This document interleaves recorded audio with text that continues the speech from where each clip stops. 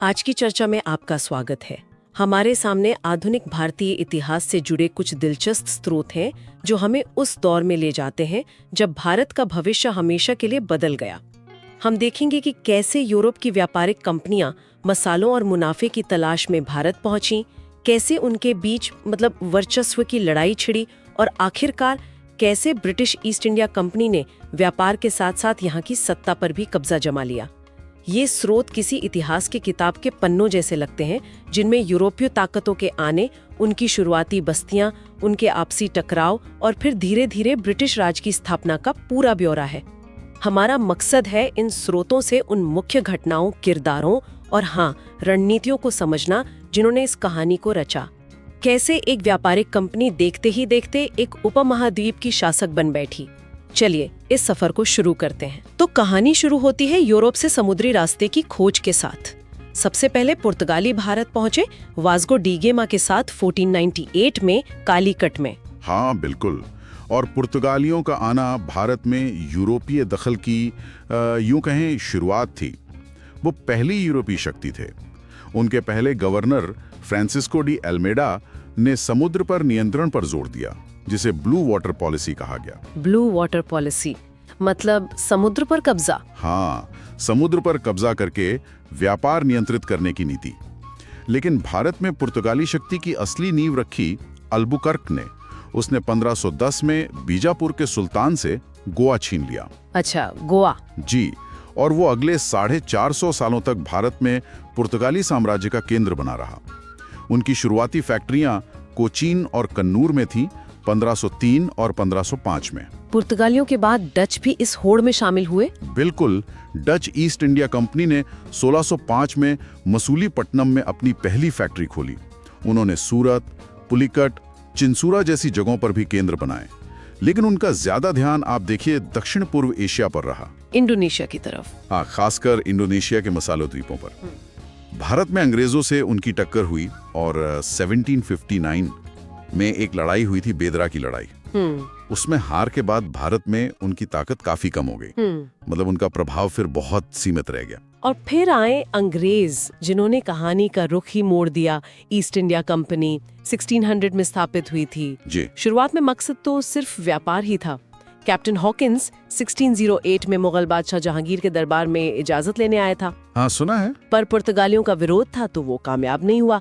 असली सफलता मिली sir Thomas Roe को 1615 में।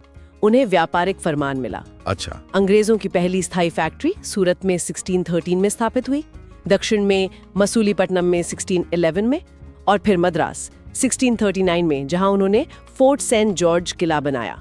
वो उनके महत्वपूर्ण केंद्र बने। बॉम्बे भी तो उन्हें एक तरह से किस्मत से मिला था। हाँ, ये वाकई दिलचस्प है।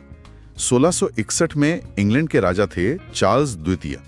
उनकी शादी हुई पुर्तगाली राजकुमारी से और उन्हें दहेज में बॉम्बे द्वीप मिला। दहेज में पूरा द्वीप? हाँ, और राजा ने इसे 1668 में सिर्फ 10 पाउंड सालाना किराए पर ईस्ट इंडिया कंपनी को दे दिया। बस 10 पाउंड? जी।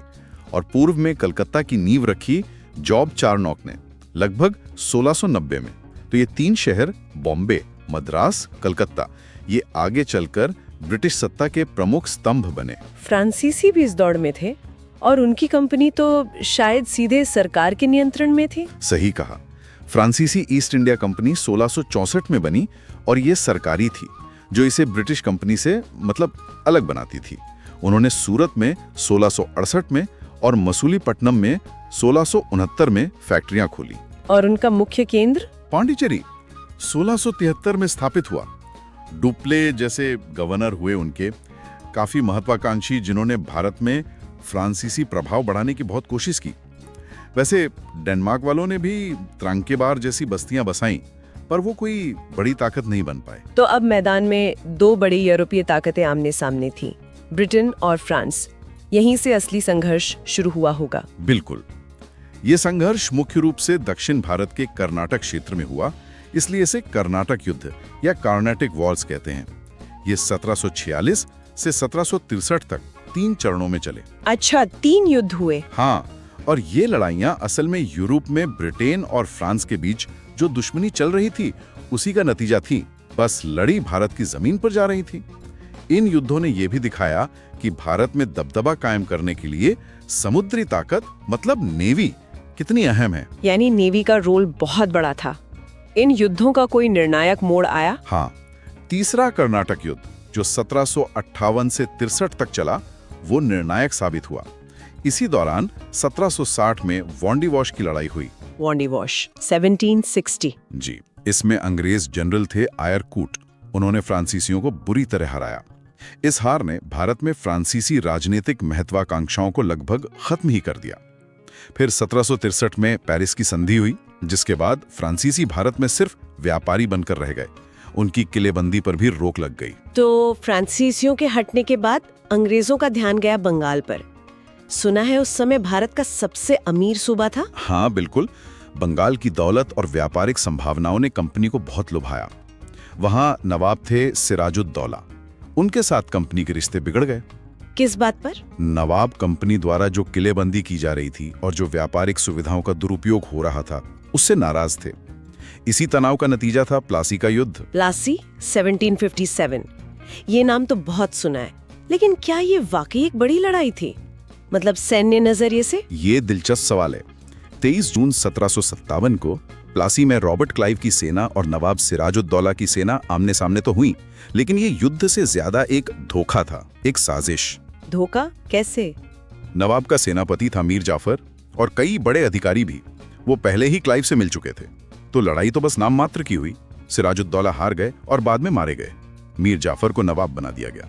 अच्छा, तो मीर जाफर गद्दार निकला? जी, प्लासी ने कंपनी को बंगाल में राजनीतिक दखल का दरवाजा तो खोल दिया, पर यह सैन्य जीत कम, राजनीतिक साजिश ज्यादा थी। तो फिर असली सैन्य ताकत का प्रदर्शन कब हुआ? शायद बक्सर में? बिल्कुल सही। असली सैन्य श्रेष्ठता साबित हुई बक्सर की लड़ाई में 22 अक्टूबर 1764 को। यहां हेक्टर मुनरो के नेतृत्व में कंपनी की सेना का सामना 3 बड़ी भारतीय ताकतों की मिलीजुली सेना से हुआ। 3 ताकतें कौन कौन? बंगाल का भगोड़ा नवाब मीर कासिम, अवध का नवाब शुजाउद्दौला और खुद मुगल बादशाह शाह आलम द्वितीय। अरे बाप रे, मुगल बादशाह भी? कंपनी ने इस शक्तिशाली गठबंधन को हराया। बक्सर की जीत ने प्लासी की साजिश पर एक तरह से सैन्य मोहर लगा दी और उत्तर भारत में अंग्रेजी ताकत को स्थापित कर दिया। ये भारत के इतिहास का एक बहुत बड़ा टर्निंग पॉइंट था। और इसी बक्सर की जीत के बाद इलाहाबाद की संधि हुई, जिसने कंपनी को बंगाल का मतलब असली मालिक बना दिया। हाँ, 1765 में क्लाइव ने मुगल बादशाह शाह आलम द्वितीय से इलाहाबाद की संधि की। इसके तहत बादशाह ने कंपनी को बंगाल, बिहार और उड़ीसा की दीवानी सौंप दी। दीवानी यानी टैक्स वसूलने का अधिकार। बिल्कुल। सोचिए, एक व्यापारिक कंपनी को इतने बड़े क्षेत्र से राजस्व वसूलने का कानूनी हक मिल गया। बदले में कंपनी बादशाह को सालाना कुछ रकम देती थी। इसी के साथ क्लाइव ने बंगाल में द्वैध शासन लागू किया। द्वैध शासन ये क्या था? इसका मतलब था दोहरा शासन। टैक्स वसूली और सेना का नियंत्रण कंपनी के हाथ में और प्रशासन की बाकी जिम्मेदारी जैसे कानून व्यवस्था वो नवाब के पास। पर नवाब के पास न पैसा था न ताकत। ये व्यवस्था बहुत शोषणकारी साबित हुई और 1772 तक चली। समझ गई। तो बंगाल पर कब्जे के बाद कंपनी का आत्मविश्वास काफी बढ़ गया होगा। फिर उन्होंने दक्षिण की तरफ देखा, मैसूर पर। सही। दक्षिण में हैदर अली और उसके बेटे टीपू सुल्तान ने मैसूर को एक मजबूत राज्य बना दिया था और वो कंपनी के लिए एक बड़ी चुनौती थे। उन्होंने फ्रांसीसियों से भी मदद ली थी। अच्छा। नतीजा ये हुआ कि 4 आंग्ल मैसूर युद्ध हुए 1767 से 1799 के बीच। पहले युद्ध में तो हैदर अली भारी पड़ा। दूसरे युद्ध के दौरान उसकी मौत हो गई, पर टीपू ने लड़ाई जारी रखी। टीपू सुल्तान? हाँ, लेकिन तीसरे युद्ध में टीपू हार गया और उसे 1792 में श्रीरंगपट्टनम की एक बहुत अपमानजनक संधि करनी पड़ी। इसमें उसे अपना आधा राज्य और भारी हर्जाना देना पड़ा। और चौथे युद्ध में तो टीपू सुल्तान की मौत ही हो गई। हाँ, 1799 में चौथा आंग्लो मैसूर युद्ध। लॉर्ड वेलेस्ली ने श्रीरंगपट्टनम पर हमला किया। टीपू सुल्तान बहुत बहादुरी से लड़े, पर लड़ते हुए मारे गए। इसके साथ ही मैसूर पर कंपनी का नियंत्रण हो गया और उनकी एक बड़ी चुनौती खत्म हुई। मैसूर के बाद बारी आई मराठों की, जो उस समय शायद भारत की सबसे बड़ी देसी ताकत थे। मराठा परिसंघ वाकई बहुत शक्तिशाली था, इसमें कोई शक नहीं। लेकिन उनमें आपसी फूट बहुत थी। अलग अलग सरदार थे, पेशवा, सिंधिया, होलकर, भोसले, गायकवाड़। अंग्रेजों ने इसी का फायदा उठाया। अच्छा। 3 आंग्ल मराठा युद्ध हुए 1775 से 1818 के बीच। पहला युद्ध तो लगभग बराबरी पर छूटा। 1782 में सालबाई की संधि हुई। लेकिन दूसरे युद्ध में, जो 1803 से 1805 तक चला, लॉर्ड वेलेस्ली ने मराठा सरदारों को अलग अलग हराया और उन पर सहायक संधि थोप दी। ये सहायक संधि क्या थी? ये वेलेस्ली की खास नीति मानी जाती है ना? हाँ बिल्कुल। लॉर्ड वेलेस्ली जो 1798 से 1805 तक गवर्नर जनरल रहे, उनकी सहायक संधि या सब्सिडरी अलायंस ब्रिटिश विस्तार का एक बहुत चालाक हथियार थी। कैसे काम करती थी ये? इसके तहत जो भारतीय शासक इसे स्वीकार करता था, वो अपनी विदेशी नीति और सेना कंपनी को सौंप देता था। उसे अपने राज्य में एक ब्रिटिश सेना रखनी पड़ती थी और उसका पूरा खर्चा भी उठाना पड़ता था। अच्छा, सेना भी उनकी, खर्चा भी राजा का। जी। साथ ही एक ब्रिटिश रेजिडेंट उसके दरबार में तैनात रहता था, जो अंदरूनी मामलों में भी दखल देता था।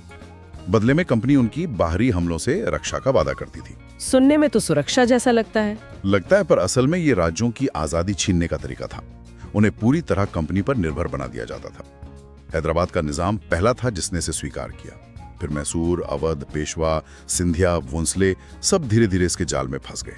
यानी बिना सीधे कब्जा किए ही नियंत्रण स्थापित कर लिया, बहुत चालाकी से। बिल्कुल। और फिर हुआ तीसरा आंग्ल मराठा युद्ध 1817-1818 में। ये तो मराठा शक्ति के लिए ताबूत में आखिरी कील साबित हुआ। मराठों की निर्णायक हार हुई, पेशवा पद ही खत्म कर दिया गया और पेशवा बाजीराव द्वितीय को पेंशन देकर कानपुर के पास बिठूर भेज दिया गया। मराठा परिसंघ का अंत हो गया। तो दक्षिण और मध्य भारत में दबदबा कायम करने के बाद ध्यान उत्तर पश्चिम पर गया, सिंध और पंजाब की तरफ। हाँ, अंग्रेजों ने 1843 में सिंध पर कब्जा कर लिया। वो अफगानिस्तान में अपने हितों को सुरक्षित करना चाहते थे। पंजाब में महाराजा रंजीत सिंह ने एक शक्तिशाली सिख साम्राज्य बनाया था। हाँ, उनका नाम तो बहुत सुना है। जब तक वो जिंदा रहे, 1839 तक, अंग्रेज पंजाब से दूरी रहे। लेकिन उनकी मौत के बाद वहां अस्थिरता फैल गई, उत्तराधिकार के लिए लड़ाई शुरू हो गई। इसका फायदा उठाकर अंग्रेजों ने दखल दिया। 2 आंग्ल सिख युद्ध हुए। अच्छा, 2 युद्ध हुए सिखों से भी? जी, पहला 1845-46 में और दूसरा 1848-49 में। दूसरे युद्ध में सिखों की हार हुई और 1849 में लॉर्ड डलहौजी ने पंजाब को ब्रिटिश भारत में मिला लिया। लॉर्ड डलहौजी, इनका नाम आते ही विलय नीति और व्यपगत के सिद्धांत का जिक्र आता है। ये क्या था? लॉर्ड डलहौजी जो 1848 से 1856 तक गवर्नर जनरल रहे, वो घोर साम्राज्यवादी थे। उन्होंने ब्रिटिश साम्राज्य के विस्तार के लिए व्यपगत का सिद्धांत यानी डॉक्ट्रिन ऑफ लैप्स का खूब इस्तेमाल किया। ये सिद्धांत क्या कहता था? इसके अनुसार अगर कंपनी के अधीन किसी संरक्षित राज्य के राजा का अपना प्राकृतिक उत्तराधिकारी मतलब बेटा नहीं होता था, तो उसे गोद लेने का अधिकार कंपनी की मंजूरी पर निर्भर था। और डलहौजी ने यह मंजूरी देने से इनकार कर दिया। ऐसे में वो राज्य सीधे कंपनी के कब्जे में चला जाता था। अरे, मतलब गोद लिए हुए बेटे को राजा नहीं मानते थे? बिल्कुल। इस नीति से सतारा 1848, जैतपुर, संबरपुर, बघाट, उदयपुर, झांसी 1853, नागपुर 1854 जैसे कई राज्य हड़प लिए गए। झांसी भी इसी वजह से। रानी लक्ष्मीबाई का संघर्ष तो इसी के खिलाफ था। जी हाँ। और डलहौजी ने तो 1856 में अवध को कुशासन का बहाना बनाकर हड़प लिया, जबकि अवध तो हमेशा से अंग्रेजों का वफादार सहयोगी रहा था। इस विलय से बहुत ज्यादा रोष फैला। लेकिन डलहौजी ने कुछ आधुनिक सुधार भी तो किए, रेलवे वगैरह। हाँ, ये भी सच है। उसने भारत में रेलवे की शुरुआत की। पहली लाइन बॉम्बे से थाने 1853 में चली। टेलीग्राफ और आधुनिक डाक व्यवस्था भी शुरू की। उसने लोक निर्माण विभाग PWD बनाया और शिक्षा के लिए वुड्स डिस्पैच 1854 लागू करवाया, जिसे भारतीय शिक्षा का मैग्ना कार्टा कहते हैं।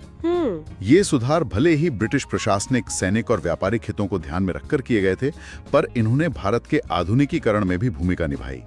लेकिन उसकी हड़प नीति ने भारतीय शासकों और जनता में इतना ज्यादा असंतोष पैदा कर दिया कि वो 1857 के विद्रोह का एक बड़ा कारण बना। तो डलहौजी के ठीक बाद ही 1857 का विद्रोह हुआ। हाँ, लॉर्ड कैनिंग के समय में, जो डलहौजी के बाद आए, वो कंपनी के अंतिम गवर्नर जनरल और फिर क्राउन के पहले वाइसरॉय बने 1858 के एक्ट के बाद। इस पूरी प्रक्रिया में मतलब करीब 100 सालों में और भी गवर्नर जनरल रहे होंगे जिन्होंने अहम भूमिका निभाई, जैसे वॉरेन हेस्टिंग्स या कॉर्नवालिस।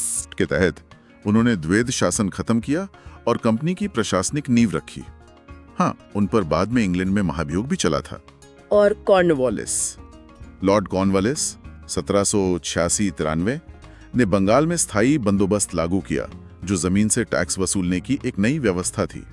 उन्होंने सिविल सेवाओं को संगठित किया, जिसे भारत का इस्पाती ढांचा स्टील फ्रेम ऑफ इंडिया कहा गया। न्यायिक सुधार भी किए, कॉर्नवालिस कोड के नाम से। तीसरा मैसूर युद्ध भी उन्हीं के समय हुआ। और लॉर्ड विलियम बेंटिक, सती प्रथा का अंत। हाँ, लॉर्ड विलियम बेंटिक 1828 से 35, जो भारत के पहले गवर्नर जनरल बने 1833 के चार्टर्ड एक्ट से, वो सामाजिक सुधारों के लिए जाने जाते हैं। जैसे राजा राम मोहन राय के प्रयासों से सती प्रथा का अंत 1829 और कर्नल स्लीमन की मदद से ठगी का दमन। उन्होंने मैकाले की सिफारिश पर अंग्रेजी को उच्च शिक्षा का माध्यम बनाया 1835। हर गवर्नर जनरल ने अपनी नीतियों से ब्रिटिश सत्ता को भारत में मजबूत करने में अपनी भूमिका निभाई।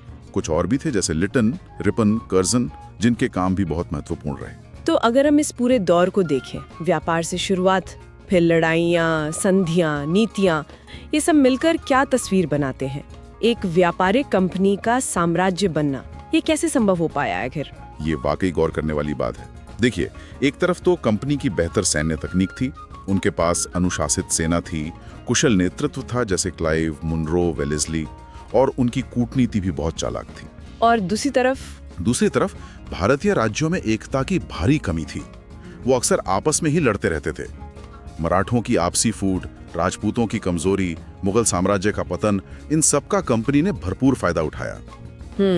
फिर उनकी नीतियां जैसे सहायक संधि और व्यपगत सिद्धांत, इन्होंने राज्यों को अंदर से खोखला कर दिया। प्लासी से बक्सर तक का सफर ये दिखाता है कि कंपनी ने धीरे धीरे सीखा कि सिर्फ साजिश काफी नहीं है, असली ताकत सैन्य दबदबे से ही आएगी। तो ये एक क्रमिक प्रक्रिया थी जिसमें लालच, महत्वाकांक्षा, सैन्य शक्ति और कूटनीति का एक जटिल मिश्रण था। और आज हमें ये सब जानना क्यों जरूरी है? इसकी आज क्या प्रासंगिकता है? देखिए, इस दौर को समझना आज के भारत को समझने के लिए बुनियाद है। ब्रिटिश राज ने भारत की राजनीति, प्रशासन, अर्थव्यवस्था, समाज, शिक्षा, मतलब हर पहलू पर एक अमिट छाप छोड़ी है। हमारी आज की कई संस्थाएं, हमारे कानून, यहाँ तक कि हमारे सोचने के कुछ तरीके भी उस दौर से प्रभावित हैं। सही कहा। राष्ट्रवाद का उदय और हमारा स्वतंत्रता संग्राम भी तो इसी औपनिवेशिक अनुभव की प्रतिक्रिया के रूप में ही उभरा। इसलिए ये जानना कि ब्रिटिश सत्ता कैसे स्थापित हुई, हमें अपनी जड़ों को, अपनी यात्रा को और बेहतर तरीके से समझने में मदद करता है। वाकई इस चर्चा के बाद एक सवाल सोचने पर मजबूर करता है। हाँ, और वो सवाल ये है कि भारत में ब्रिटिश सत्ता के उदय में सबसे निर्णायक तत्व आखिर क्या था? क्या ये उनकी फौजी ताकत थी, उनकी चालाक कूटनीति और नीतियां जैसे सहायक संधि या व्यपगत का सिद्धांत, या उनकी आर्थिक ताकत और संसाधन, या फिर कहीं न कहीं भारत की अपनी अंदरूनी कमजोरियां और आपसी फूट? ये सोचने वाली बात है। शायद इन सब का मिलाजुला असर था, पर किस पहलू का वजन सबसे ज्यादा था, इस पर विचार करना काफी दिलचस्प होगा। इस गहरी और जानकारी भरी बातचीत के लिए बहुत बहुत धन्यवाद। उम्मीद है हमारे श्रोताओं को इन स्रोतों से आधुनिक भारतीय इतिहास के इस निर्णायक मोड़ को समझने में एक नई दृष्टि मिली होगी। अगली बार फिर मिलेंगे एक और अहम विषय के गहन विश्लेषण के साथ। नमस्कार।